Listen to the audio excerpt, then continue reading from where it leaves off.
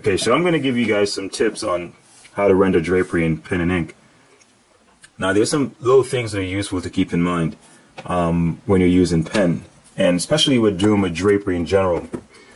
For example, as I said in most of my other tutorials, is when you're anything that has to do with shading or rendering, it's good to think of them as simple forms or basic three-dimensional shapes.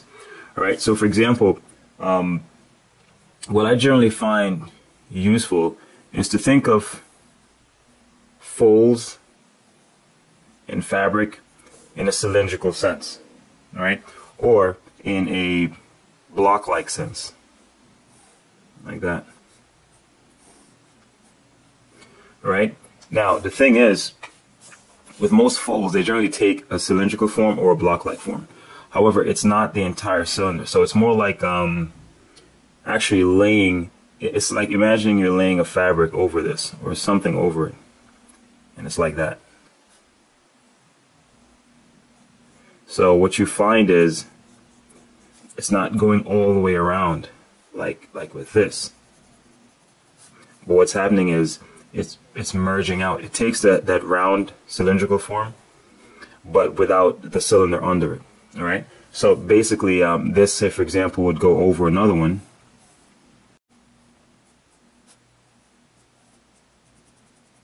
Like that.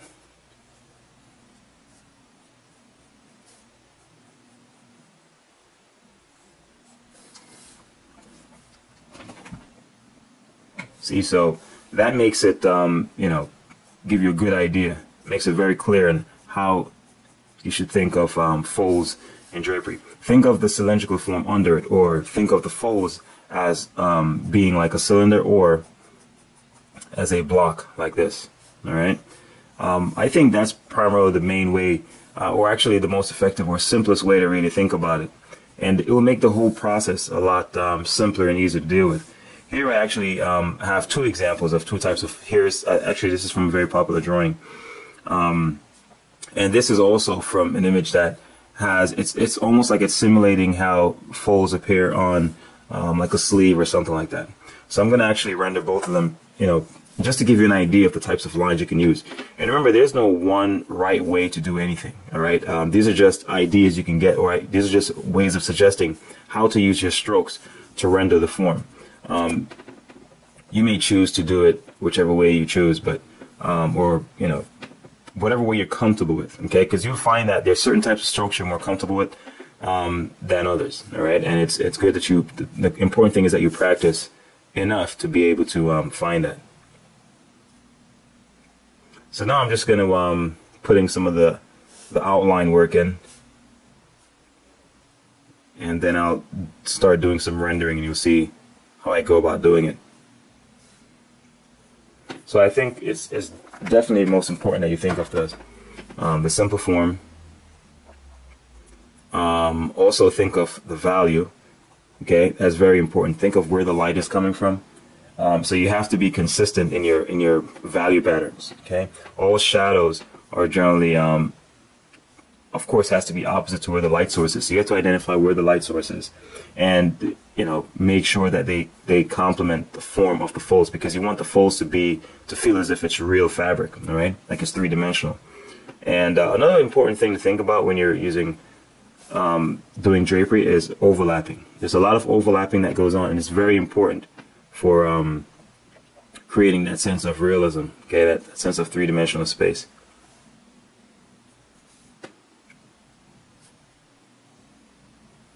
I may not do all of this, but I'll just do enough just to let you see the pattern and how I go about doing it.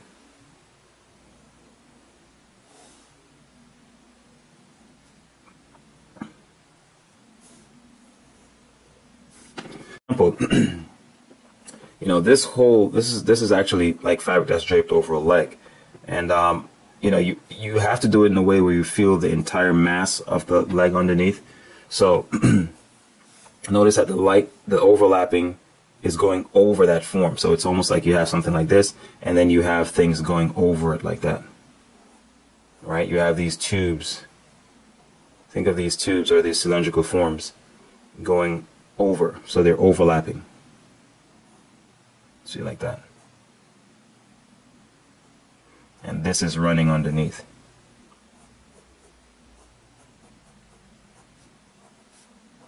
So that's what's going on here. Or we can even think of it as a block like that.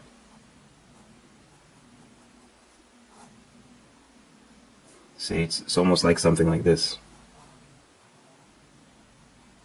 So whichever the forms, ways of visualizing it you're more comfortable with, it doesn't matter. It's just a matter of making sure that you do feel. See, like for example, with this one, I'm thinking of it as a block like this. All right.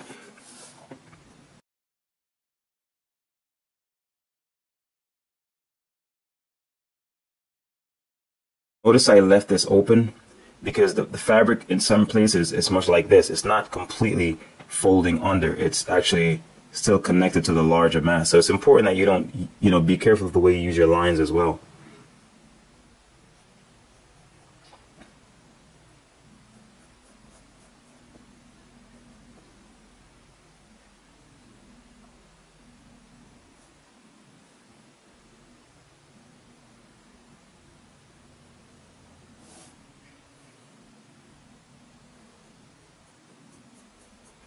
And I kind of use my lines here to the drawing I had under it in the pencil to kind of like lay out the value pattern areas that are in shadow and so on, and just sketch in the types of lines that I have in mind to define that form. So if you notice now, I'm not doing any cross hatching so much. I'm just using, mostly single layered hatches just to, pretty much lay out the overall value pattern of everything. I'm not going too heavy with anything. I'm just keeping things really light at this point.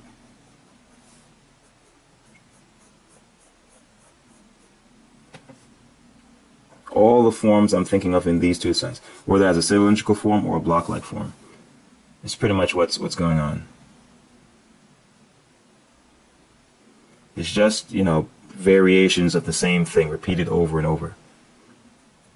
But that's the underlying principle behind the way I'm making these strokes, or how I'm thinking of the forms and folds and so on.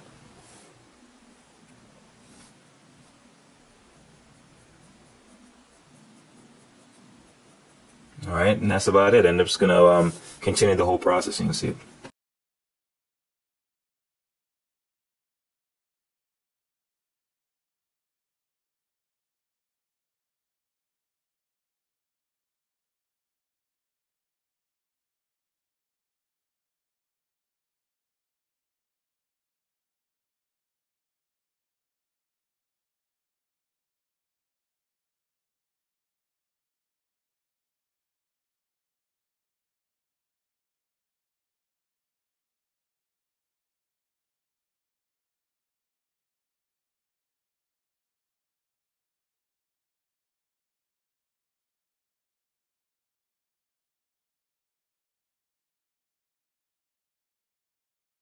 Yeah, so if you notice, all the forms, all these forms are just a variation of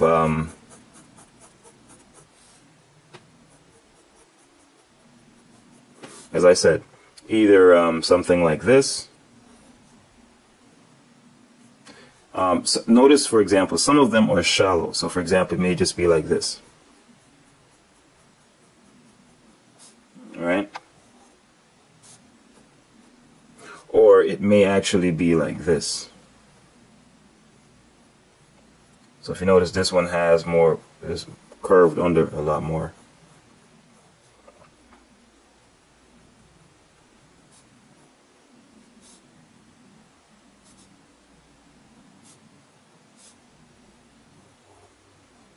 Something like that.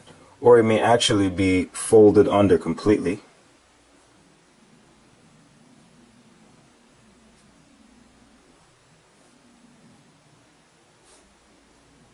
Like that.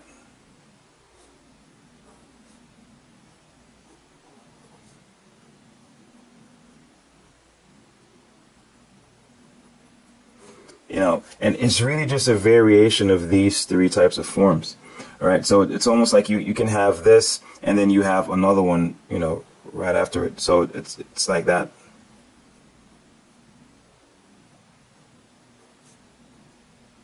And as I said, that's basically what's going on in all of these forms. And of course, they're not always uniformly along the length. Sometimes they may taper a little bit, maybe like that. So you imagine a cone in that sense, something, you know, something tapering. It's just basically a tapering cylinder. That's what a cone is. All right. And that's pretty much what's going on. All right. All these forms. See, it's a cylindrical form. Cylindrical form. Even where you have these little folds here, it's the same thing. So it's just having two cylinders close together, and there's this little gap in between. So that's all that's really going on with these forms, and understanding that they're, you know, flowing into other forms.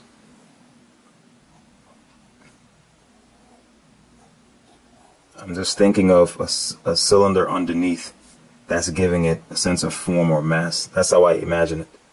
It's like a sheet that's just going over these different cylindrical or cone-like forms.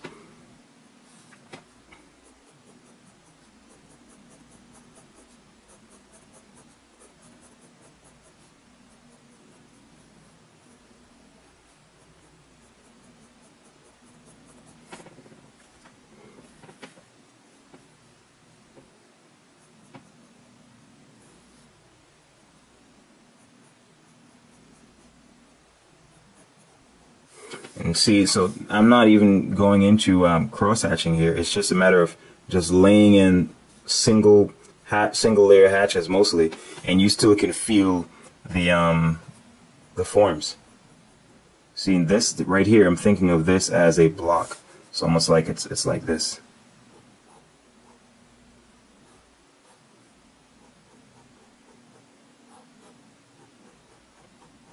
And then you just make it rounded. Right here. And that's basically the same approach you use throughout.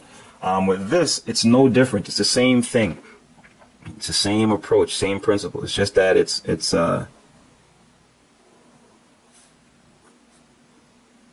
smaller, tighter forms. But it's essentially the same principle.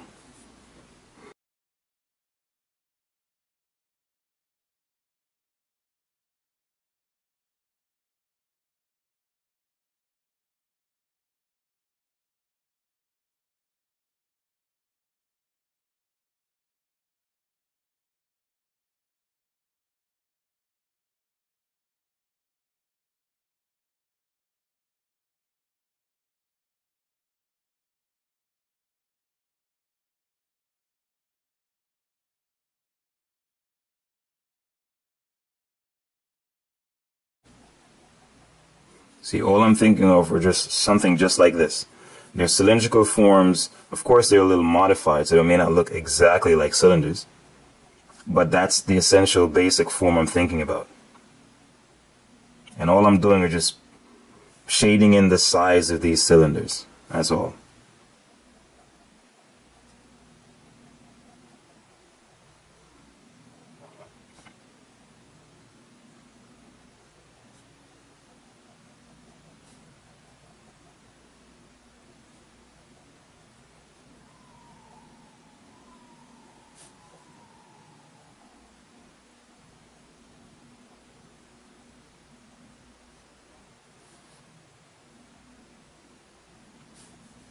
And notice that almost all the strokes I put have a purpose. I'm not just laying down strokes for no reason. You know, see a lot of drawings where there's a strokes just to fill up space. You know, they're all helping in some way to define the form. And it doesn't mean you have to be calculating with everything. It's just that you're trying to be economical or efficient. So what you put down is helping to define the form. And see, this is the cylindrical kind of a mass I'm thinking about underneath. You know, that's giving everything this underlying mass that is being defined. cast shadows are useful too for helping to define the underlying mass that the fabric is on. And see, and this is without using any cross hatching. See, of course you can go in, you know, and use cross hatching, for example, in areas like this. See what I did here, for example. This is where your cross hatching can be useful. If you have a cylinder like this, okay, and by putting in a single layer of hatch marks like this, I'm defining the shadow. See, I'm defining the volume of this by separating the light areas from the shadow areas. Now, by doing this, I'm defining the shadow border, the border of the area where this is where the shadow begins, essentially. And this area is in reflected light. This area is in reflected light, and this area is the shadow border, and this area is the area in light. All right. Now, the cast shadow would be somewhere here. If you understand this basic value pattern as a way of illustrating light on a basic form, that's all you need. Because the same principle applies with a block form as well. Cast shadow. And this is, alright.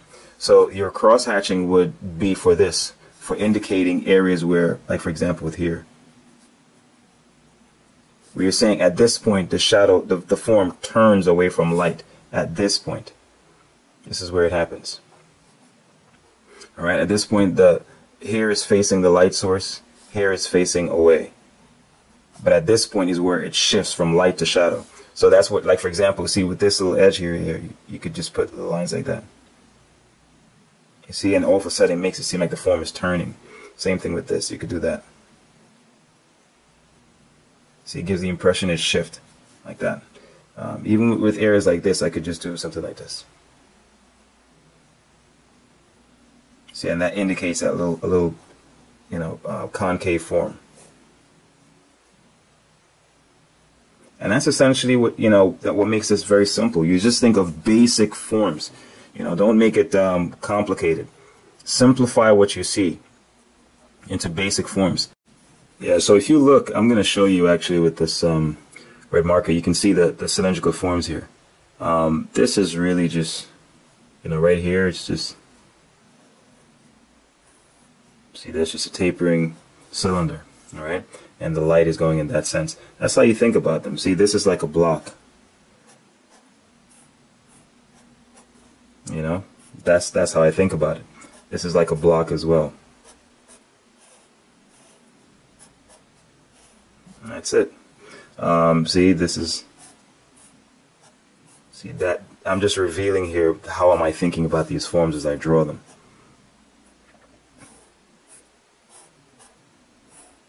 That's what's going on. Alright, same thing here. These are two cylinders next to each other. Alright.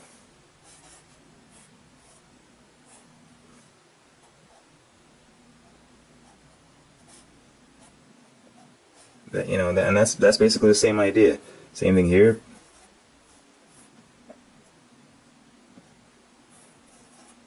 Just like I have here. It's going like that, it's going over. See that? It's the same principle, same principle.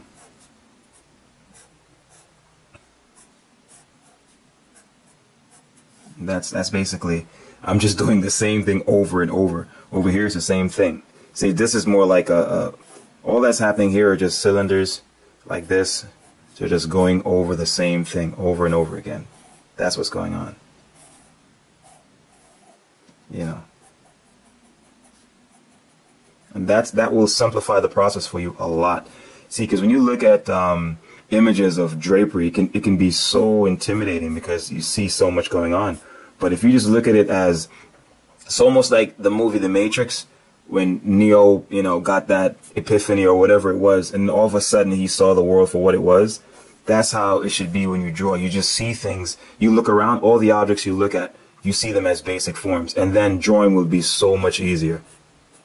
You just see basic forms, basic forms, basic forms, and that's it. Just practice doing that.